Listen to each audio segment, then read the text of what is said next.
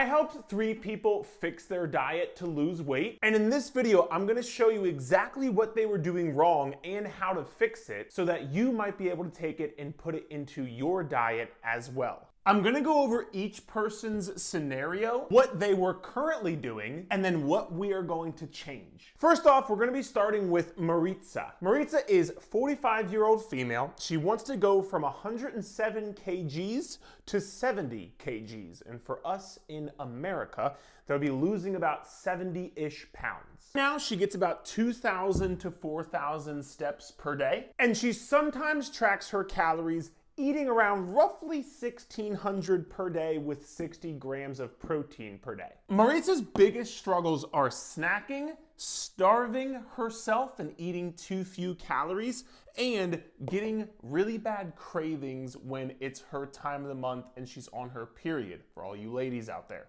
I'm gonna help Marita make 3 changes to her plan that is gonna help her see progress. And so first and foremost, I am going to want her to get more steps. And you might be thinking, Eric, well, she's struggling with nutrition. Why would you recommend getting more steps first? Here's the thing. Anytime somebody's getting 2,000 to 4,000 steps per day, if one of the main goals is weight loss, which was one of her main goals, immediately increasing that step count is not only going to burn more calories, which is going to help her be in a calorie deficit, but also it's going to help her mentally, number one, get outside of the house and not be in the kitchen surrounded by food. She also mentioned she struggled with snacking, and snacking on crap actually was her main words. And so getting out of the house can help you de-stress, get away from food, burn more calories, and overall help your weight loss. So anytime somebody's around that 2,000 to 4,000 step number, we really want this number to be at least 5,000 per day, if not getting to that 7,000 to 10,000 step per day. But you don't have to go from 2,000 to 10,000, slowly work your way up. Now, the second change she is going to make is eating more protein. She mentioned she struggled with starving herself. And yes, I do think she can eat a ton more calories than 1,600. In fact, if you want to have a free calorie calculator, there's going to be a link in the description of this video. You can check it out after this video if you would like. But yes, she can eat more calories, but especially more protein. Right now, she's currently around that 60 grams per day. So if we can get to at least 100 grams per day, that would massively help her be much more full, which would have her have less cravings for snacking on crap food, as she mentioned. And the way she can do this is, she mentioned in the morning she starts off every day with coffee and creamer. So one of the ways that we have helped our clients with getting more protein during the day is, instead of loading the coffee with creamer, maybe you pour in like a pre-made protein shake, or even if you put in some protein powder. Super easy way to not have to change a bunch of what you're doing, but immediately add 15, 25, 35 grams of protein. The second way is going to include a high protein snack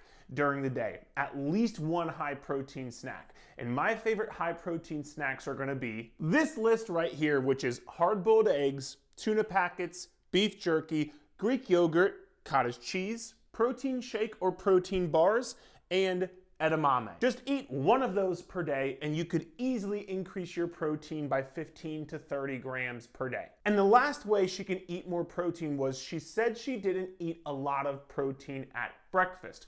One of the best ways to decrease your snacking and decrease your cravings is make sure to eat 25 grams of protein by 10 a.m. And the third change she is going to make to her diet is to just simply increase her calories by about 200 to 500 during her period. We work with a lot of women in our coaching program, and oftentimes we just say, hey, if you need a little bit more food that week or those couple of days, everybody's different, and we've found this coaching thousands of women, but if you want a little bit more calories, that's okay. And hell, it might even be a little bit more than this. It might be 600 or 700. The point being, if you slightly increase your calories, then it's okay. Do it for a couple of days and then just get back on track afterwards, because that is the most important part.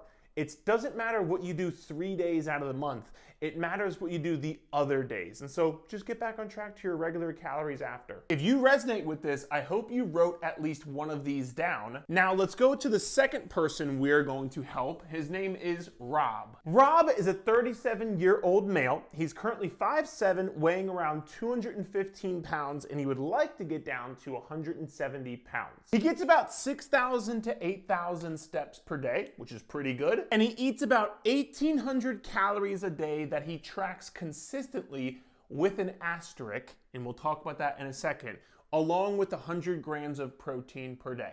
And the reason there's an asterisk is because Rob's biggest struggle is overeating on his cheat day. So the 3 changes we're gonna make to Rob's diet are, number 1, stop eating so clean. Rob wrote in and he talked about his day of eating, and it was pretty much like, I eat vegetables and chicken breast and mushrooms. And I'm like, that sounds fucking lame and boring. And what happens a lot of times is you think to lose weight, you have to only eat clean foods and you can't eat foods that you enjoy. And what's happening is you might eat clean for 6 days or 5 days, but the other 1 or 2 days during the week, you know that's your only time to have those foods. So not only have you over-restricted yourself and not allowed yourself to have it the entire week, but by the time you get to when you are allowed to have it, you're gonna say, I have to eat all of it right now because I'm gonna go back to not being allowed to have it. Not to even mention your hunger hormones,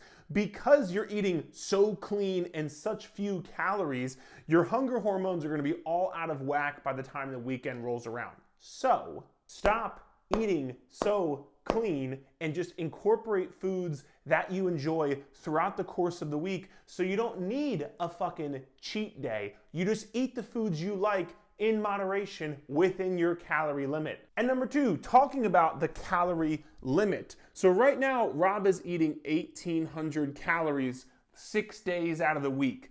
If he's eating 4,000 to 5,000 calories on his cheat day, which by the way is much easier to do than you would think, he's actually eating about 2,300 calories per day over the course of the week. So, and again, you can use my calorie calculator. It's the exact calorie calculator I use for my own weight loss journey, but also all of our clients. I put in his information and it came out to about 2,100 calories per day. So he can just eat 2,100 calories per day, 7 days a week. And you would actually end up eating less calories over the course of the week if you just ate more calories on a daily basis. And more calories per day would also help you not feel so over-restricted and not feel the need to have a cheat day. And the third change Rob is gonna make is increasing his protein per day. So right now he's around 100 grams per day. And again, via the calorie calculator that I have, it also gives you macros.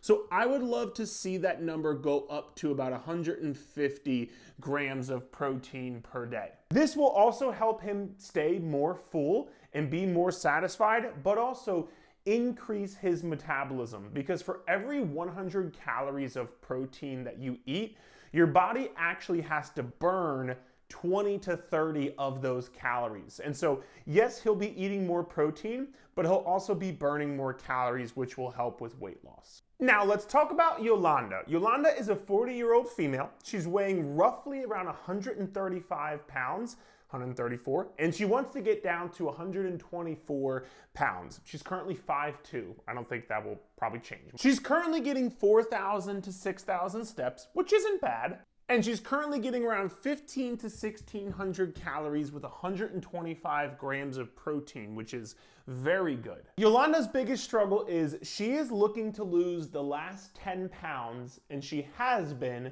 for the past 2 years. So there are going to be 2 main options here.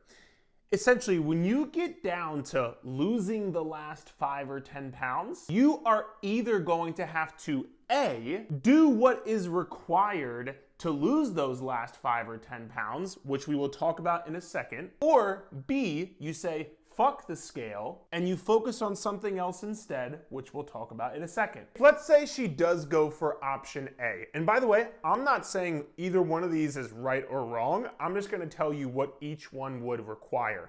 If she does go for option A, she's gonna have to be more aggressive and more strict and restrictive with her diet and her overall fitness plan. And I know this, I'm somebody who I just lost 21 pounds in 10 weeks on a calorie deficit, and I got very lean. And what you have to do to lose the last 5 or 10 pounds is just fucking hard. It's gonna require a little bit more sacrifice. And so here's what she will have to do. Right now, she's getting 4 to 6K steps per day.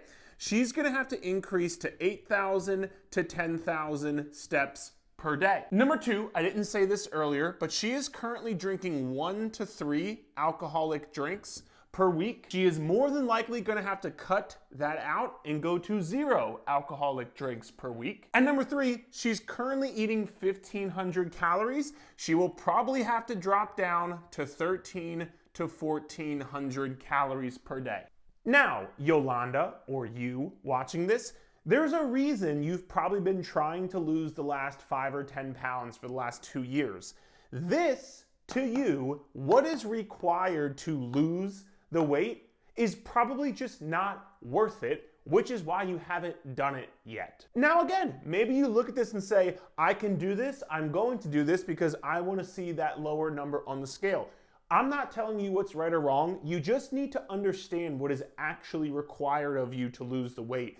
You're already very lean, you're already at a low body weight and a low body fat. To get even lower, it just requires more. So that's option A, or option B, like we talked about, you could just say F the scale and focus on decreasing your body fat percentage. And most people don't know this, but your body fat percentage is not just your body fat, it's also your muscle mass. So if you increase your muscle mass, but keep your body fat the exact same, your body fat percentage will actually go down. And I reckon, correct me if I'm wrong, you might not really care that much about a number on the scale. Maybe you do, we can talk about that in a different video, but you probably care about how you look. And to change the way you look, you get a lower body fat percentage. One way to do that is by lowering your body fat. Another way is to build more muscle. So what you can do is you can dial in your strength training program and get on a science-based program. You'd be surprised. The clients that we work with, we get them on a science-based training program where we're lifting heavier, we're building muscle, we're having progressive overload, and their bodies start to change just from changing up their training program. So I would probably reckon Yolanda's not on the best strength training program. She said she's working out, but she's probably not on an optimized lifting program to be able to optimize changes in her body. So that would be number 1. And by the way, if you're interested in getting on a proper training program, click the link in the description of this video. You can check out some of our options that we offer. And then number 2 is just something most people don't want to hear or they don't want to talk about, is patience. This way might take a little bit longer, whereas this way is a bit faster.